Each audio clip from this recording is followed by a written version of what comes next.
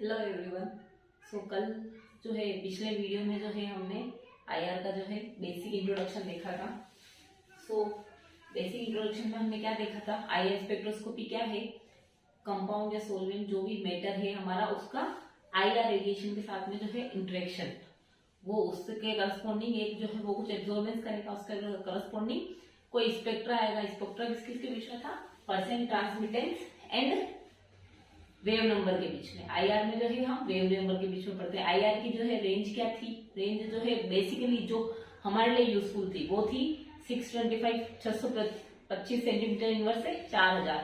उसमें 625 centimetre inverse से 1500 centimetre inverse के बीच की जो रेडिएशन थी या फिर उसके बीच के जो वेवलेंथ है, या सॉरी 625 से 1500 के बीच का जो वेव नंबर है, जो फ्रीक्वेंसी है उसके बीच की, उसको हम बोलते हैं फिंगरप्रिंट रीजन। और 1500 से 4000 जो है फ्रीक्वेंसी रेंज, उसको हम बोलते हैं फंक्शनल ग्रुप रीजन, क्योंकि मैक्सिमम जो है सारे फंक्शनल ग्रुप की रेडिएशन जो एब्जॉर्बेंस होता है उनका, फंक्शनल ग्रुप की जो पीक है वो हमको 1500 से 4000 जो है उसके बीच में आती है, 4000 एब्जॉर्बेंस। अब हम जो है फ्रीक्वेंसी क्यों बोलते हैं इसको, क्योंकि देखो म्यू जो है फ्रीक्वेंसी वो क्या होता है, सी बाय लेमडा, और इसी को हम जो है म्यू बार क्या है, वेव नंबर, उसको क्या बोल रहे हैं 1 बाय लेमडा। तो म्यू इज इक्वल टू क्या हो गया, सी इंटू म्यू बार। तो फ्रीक्वेंसी और वेव नंबर में रिलेशन है डायरेक्टली, इसलिए जो है हम उसको वेव नंबर की फॉर्म में पढ़ते हैं, लेकिन हम बोलते जो है क्या बोलते हैं, फ्रीक्वेंसी रेंज बोलते हैं। ठीक है, अब जो आज का जो हमारा टॉपिक शुरू होता है वो है, कल जो है हमने आईआर का बेसिक ही देखा था, आज ये था कि अब जो है अगला है वो है requirement for absorption of IR. मतलब आईआर रेडिएशन जो है कोई मॉलिक्यूल, जिस तरह यूवी में हमने सिलेक्शन रूल्स देखे थे, उसी तरह आईआर में भी कुछ रूल है कि कौन से जो कंपाउंड है वो एब्जॉर्ब करेंगे आईआर रेडिएशन, या कुछ कंडीशन है। तो पहली कंडीशन जो है आईआर की कि आईआर रेडिएशन का एब्जॉर्बेंस हो, उसके लिए क्या है, फर्स्ट कंडीशन है करेक्ट वेवलेंथ ऑफ रेडिएशन। मतलब एक फिक्स जो रेडिएशन है वो हमको चाहिए, पर्टिकुलर कोई कंपाउंड है या पर्टिकुलर जो कोई बॉन्ड है उसको वाइब्रेट करवाने के लिए। जैसे हमने यूवी में देखा था कि जितना इलेक्ट्रॉनिक ट्रांजिशन था यूवी में, तो ग्राउंड लेवल से एक्साइटेड लेवल तक जो है इलेक्ट्रॉनिक ट्रांजिशन में कुछ पर्टिकुलर हमने देखा था कि एक पर्टिकुलर जब जितनी एनर्जी ग्राउंड लेवल से एक्साइटेड लेवल में जाने के लिए चाहिए, अगर उतनी ही एनर्जी की वेवलेंथ हमको मिल रही होगी तो ही वो जो है वाइब्रेशन या वही तभी वो ट्रांजिशन जो है होगा। उसी तरीके से आईआर में भी क्या होगा कि जब जितना फ्रीक्वेंसी उसको चाहिए बोन को वाइब्रेट करवाने के लिए, जितनी एनर्जी उतनी चाहिए उसको चाहिए, अगर पर्टिकुलर वही एनर्जी उसको दी जाएगी तभी वो बोन जो है वाइब्रेट होगा, वरना वो बोन जो है वाइब्रेट नहीं होगा। तो ये क्या है ड्यू टू, और ऐसा क्यों होता है, अगर हमको पर्टिकुलर जो है फिक्स वेवलेंथ ही क्यों चाहिए एनर्जी की, तो वो क्यों होगा, वो क्योंकि वेव कैरेक्टर एटम का, और देखो ईएम रेडिएशन जो है इलेक्ट्रोमैग्नेटिक रेडिएशन है, उसका भी कोई वेव नेचर है, हमने पढ़ा हुआ है वेव नेचर और पार्टिकल नेचर दोनों होता है। एटम का भी जो है वेव नेचर और पार्टिकल नेचर दोनों होता है। तो वेव नेचर जो है due to wave character of atom, atom का जो है वेव कैरेक्टर होता है, उसी की वजह से which required equality between wavelength of radiation and wavelength of bond vibration in order for energy absorption to occur. Ultimately simple language में ये क्या कह रहा है कि एटम का भी कोई वेव कैरेक्टर है और लाइट का भी जो है वेव कैरेक्टर होता है। तो देखो वाइब्रेशन का होने का मतलब है क्या, एटम जो है उसका कोई वेव कैरेक्टर है, वेव नेचर में है, यानी कि हम अगर इसको जैसे बताएं कि कोई जो है ये CH बॉन्ड है,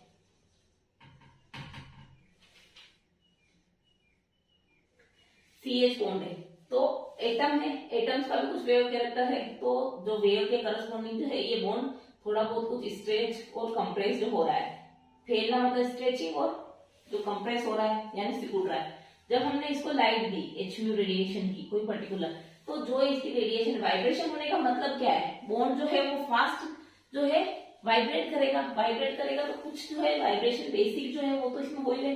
जब हमने लाइट दी तो क्या करेगा, ये वाइब्रेट करेगा। वाइब्रेट करने का मतलब क्या है, यहाँ पे जो है इसका ग्राउंड लेवल में इसका एम्पलीट्यूड ये था, जब हमने इसको लाइट दी तो क्या करेगा, इसका एम्पलीट्यूड बढ़ जाएगा, यही होगा ना, स्ट्रेचिंग होगी, स्ट्रेचिंग होगी मतलब वो बॉन्ड इतना खींचेगा, खींचेगा तो क्या हो रहा है, वेव तो वही है, लेकिन उसकी जो एम्पलीट्यूड है वेव का वो इंक्रीज हो रहा है। तो हम अगर इसी जो इस बॉन्ड को वाइब्रेट करने के लिए जो वेवलेंथ हमको चाहिए पर्टिकुलर, अगर हम वही वेवलेंथ देंगे इसके करस्पॉन्डिंग, जो ये लाइट है, हमने यही वाली वेवलेंथ जो है लाइट का भी, ये तो एटम के वेव नेचर की वजह से, फिर हमने लाइट भी वेव जो है पर्टिकुलर इसको जितना वाइब्रेट करने के लिए चाहिए वही वेवलेंथ की हमने लाइट दी, तो क्या करेगा, इसका एम्पलीट्यूड इंक्रीज हो जाएगा। ये तो हमने पढ़ा हुआ है ना, ये लाइट से जब सेम रेडिएशन डालते हैं तो क्या करता है, एम्पलीट्यूड अगर अपोजिट में डालेंगे तो क्या करता है, कंप्रेस करता है। तो जब सेम रेडिएशन की हमने लाइट दी जितनी इसको रिक्वायर्ड है, तो क्या होगा, इसका एम्पलीट्यूड इंक्रीज हो जाएगा। एम्पलीट्यूड इंक्रीज हो जाएगा तो स्पेक्ट्रा जो है हमको क्लियर आ जाएगा, वो हायर एक्साइटेड स्टेट में चला जाएगा, वाइब्रेट फास्ट होगा, वाइब्रेट होगा अच्छे से, क्लियरली वाइब्रेशन होंगे, तो जो है हमको करस्पॉन्डिंग क्लियर स्पेक्ट्रा आएगा। तो पहली जो कंडीशन क्या हुई, correct wavelength of radiation, means एक एनर्जी लेवल से या फिर एक वाइब्रेशनल स्टेट से सेकंड वाइब्रेशनल स्टेट में जाने के लिए उसको जितनी एनर्जी चाहिए पर्टिकुलर वही एनर्जी हम उसको प्रोवाइड करेंगे, तभी वो बॉन्ड जो है वाइब्रेट करेगा। तो पहला तो हमने क्या देखा कि पर्टिकुलर जो है fix correct wavelength of energy जो है हमको चाहिए पर्टिकुलर बॉन्ड का जो वाइब्रेशन लेवल एक लेवल से दूसरे लेवल में जाने को। सेकेंड जो कंडीशन है बहुत ही सफिशिएंट कंडीशन, ये है रिक्वायर्ड कंडीशन। क्या है सेकेंड कंडीशन, जो है इलेक्ट्रॉनिक डाइपोल। क्या बोलेगा, a molecule can absorb IR radiation when its absorption causes a change in its dipole moment. यानी क्या बोल रहा है, जब अलग अलग मॉलिक्यूल्स का आईआर रेडिएशन का जो है इंटरेक्शन जो है जब करवाया गया, तो देखा कि उससे एक रूल निकल के आया कि ऐसे ही मॉलिक्यूल जो है आईआर रेडिएशन एब्सॉर्ब करते हैं जिनमें आईआर रेडिएशन एब्सॉर्ब करने के बाद में डाइपोल मोमेंट में चेंजेस आते हैं। अब डाइपोल मोमेंट में चेंजेस आते हैं, इसका मतलब क्या है, डाइपोल मोमेंट क्या है, डाइपोल मोमेंट क्या होता है, डाइपोल मोमेंट का फॉर्मूला क्या होता है, चार्ज इनटू डिस्टेंस। तो आईआर रेडिएशन जो है सिर्फ वही मॉलिक्यूल एब्सॉर्ब करते हैं जिनका जब एनर्जी रेडिएशन आईआर रेडिएशन हम उन पे डालते हैं और आईआर रेडिएशन से इंटरेक्ट करने के बाद में उनके डाइपोल मोमेंट में जो है चेंज आया, डाइपोल मोमेंट में चेंज आया यानी चार्ज या डिस्टेंस में चेंज आया। अब देखो डाइपोल होता क्या है, जैसे HF मोलिक्यूल है, HF मोलिक्यूल है तो HF मोलिक्यूल में क्या होगा, हाइड्रोजन जो है वो हमको पता है उसकी इलेक्ट्रोनेगेटिविटी कम होती है और फ्लोरीन जो है उसकी इलेक्ट्रोनेगेटिविटी या विद्युत ऋणता ज्यादा होती है। तो क्या करता है, फ्लोरीन पे डेल नेगेटिव चार्ज होता है और हाइड्रोजन पे क्या होता है डेल पॉजिटिव। मतलब ये जो बॉन्ड के इलेक्ट्रॉन्स है ये लगभग थोड़े फ्लोरीन की तरफ खींचे हुए रहते हैं, मिडल में नहीं रहते, दोनों के बीच में नहीं, शेयरिंग की वजह से भी थोड़ा शेयरिंग की तो है, ये शेयरिंग ऑफ इलेक्ट्रॉन्स की वजह से ये बॉन्ड है कोवेलेंट बॉन्ड, लेकिन फिर भी जो इलेक्ट्रॉन्स है वो उनका फ्लक्चुएशन या फिर उनका खिंचाव थोड़ा फ्लोरीन की तरफ होता है, क्योंकि फ्लोरीन की इलेक्ट्रोनेगेटिविटी जो है वो ज्यादा होती है, 4 होती है ना, और हाइड्रोजन की 2.1 होती है। यानी इसका मतलब क्या है कि ये बॉन्ड है, जैसे ये एक स्प्रिंग है तो हाइड्रोजन वाला पार्ट क्या है पॉजिटिव पार्ट और जो फ्लोरीन वाला पार्ट है वो है नेगेटिव एंड इसका। तो ये एक डाइपोल है ना, डाइपोल। तो अभी देखो ये एक डाइपोल है तो इसका क्या कुछ चार्ज भी है पॉजिटिव और नेगेटिव में, कुछ इलेक्ट्रोनेगेटिविटी के डिफरेंस की वजह से डाइपोल जो है चार्ज डेवलप होगा।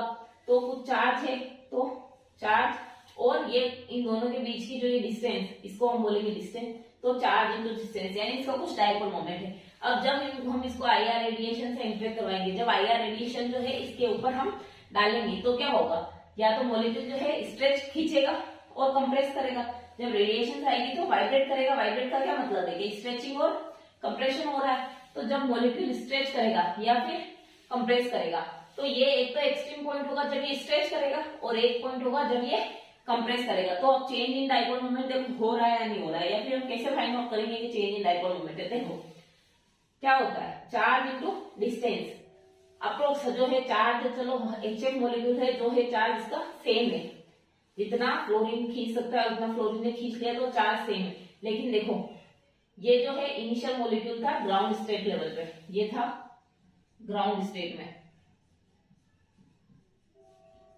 जब हमने एनर्जी दी तो क्या हुआ, स्ट्रेचिंग हुई। अगर स्ट्रेच हुआ मोलिक्यूल स्ट्रेच हुआ तो इसकी डिस्टेंस क्या हुई, बढ़ गई। तो चार्ज डाइपोल मोमेंट का फॉर्मूला क्या होगा, चार्ज इंटू डिस्टेंस। तो यहाँ पे क्या हो गया, डिस्टेंस इंक्रीज हो गई यानी डाइपोल मोमेंट की वैल्यू क्या हो गई, बदल गई। डिस्टेंस की वैल्यू बदलने से डाइपोल मोमेंट की वैल्यू बदल या फिर ये बॉन्ड कंप्रेस हुआ, एक दूसरे की तरफ खिंचाया, कंप्रेस हुआ तो देखो चार्ज तो सेम है लेकिन डिस्टेंस क्या हो गई, कम हो गई। ये है डी डैश, तो डी डैश की डिस्टेंस जो है डी से ज्यादा है तो डिस्टेंस कम हो गई तो यानी क्या हो गया, डाइपोल मोमेंट की वैल्यू चेंज हो गई। तो जब हमने आईआर रेडिएशन का इंटरेक्ट करवाया तो स्ट्रेचिंग और कंप्रेशन में जो है एक्सट्रीम पॉइंट्स पे क्या हो रहा है, चेंज इन डाइपोल मोमेंट हो रहा है, डाइपोल मोमेंट की वैल्यू जो है वो बदल रही है। तो ये जो है इसका सेकेंड रिक्वायरमेंट है कि डाइपोल मोमेंट। इसी के साथ में अब जो है सिलेक्शन रूल निकल के आया आईआर का।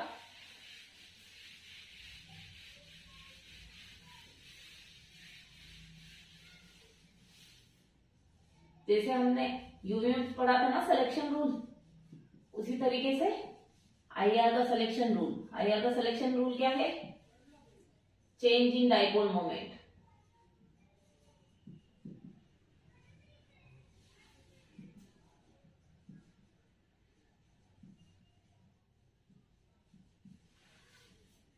इफ ए मोलिक्यूल है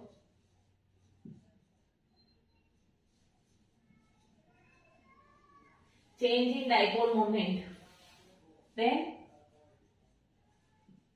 it is IR active.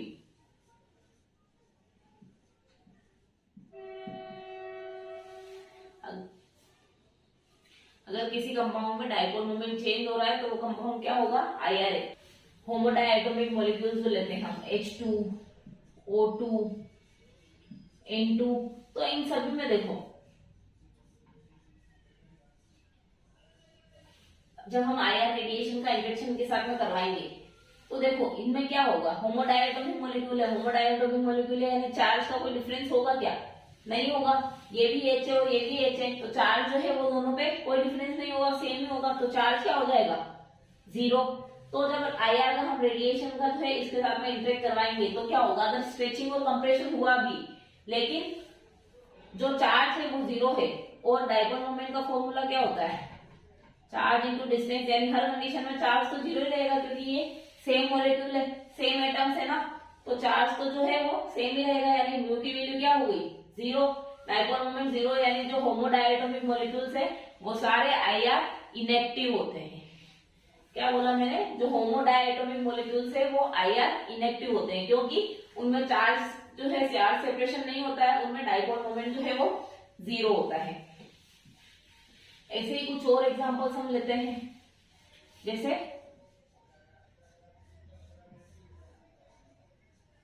हमने ये कंपाउंड लिया,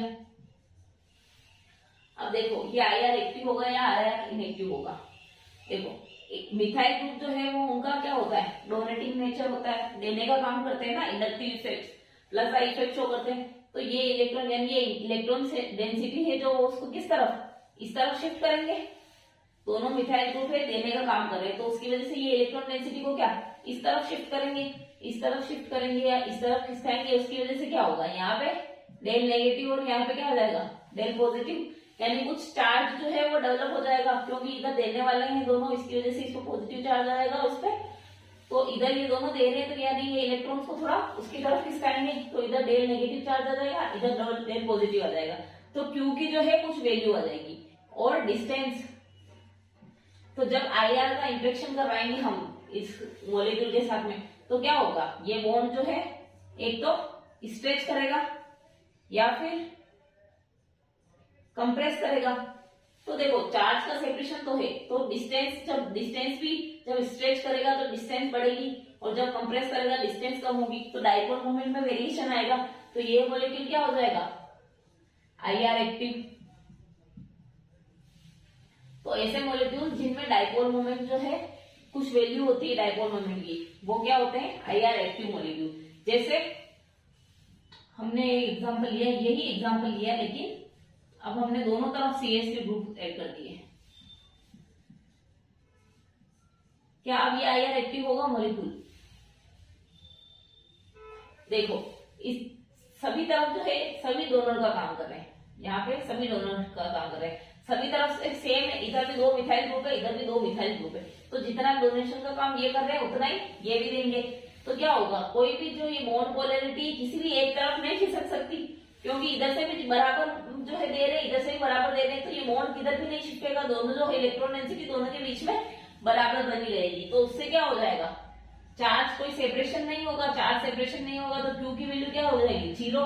तो यानी डाइपोल मोमेंट की क्या वैल्यू हो जाएगी, 0। अब ये स्ट्रेच या कंप्रेस करेगा लेकिन डाइपोल मोमेंट जो है ओवरऑल क्या हो जाएगा, 0। तो उसकी वजह से क्या हो जाएगा, ये मॉलिक्यूल क्या है, IR इनएक्टिव।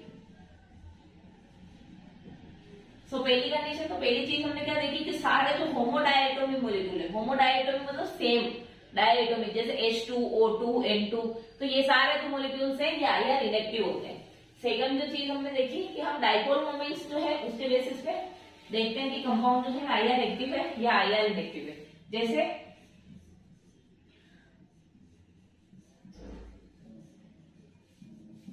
एक लिया ट्रांसक्लोरो, ठीक है, इथिलीन, और एक कंपाउंड हमने लिया सिस क्लोरोइथिलीन।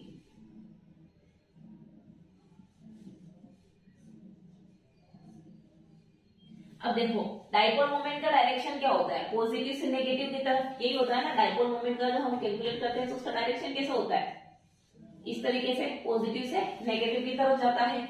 तो यहाँ पे क्लोरीन क्या है, इलेक्ट्रोनेगेटिव, और कार्बन क्या है, क्लोरीन से कम इलेक्ट्रोनेगेटिव है। तो डाइपोल मोमेंट का डायरेक्शन क्या होगा, इस तरीके से, या फिर यहाँ पे इस तरीके से।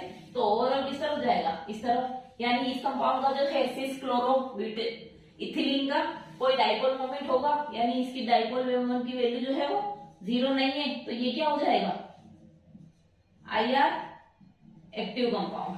वही ये कंपाउंड देखो, इसकी डाइपोल मोमेंट की वैल्यू ये इस तरफ जा रहा है उतना ही ये भी इस तरफ खींच रहा है, तो ओवरऑल जो देखो क्या होगा, इधर जितना जा रहा है उतना ही उधर जा रहा है। तो ये जो एक दूसरे का जो है डाइपोल मोमेंट जो है या फिर एक दूसरे की तरफ जो डायरेक्शन है वो क्या हो जाएगा, 180 डिग्री का एंगल बना रहा है, तो क्या हो जाएगा, कैंसिल हो जाएगा, एक दूसरे से कैंसिल हो जाएगा, जितना ये खींच रहा है उतना ही ये खींच रहा है। तो जो ये है टोटल इसका इफेक्ट जो हो जाएगा नल हो जाएगा, खत्म हो जाएगा। तो यानी डाइपोल मोमेंट की वैल्यू यहाँ पे क्या होगी, 0 हो गई। तो यानी ये कंपाउंड क्या हो गया, IR इनएक्टिव।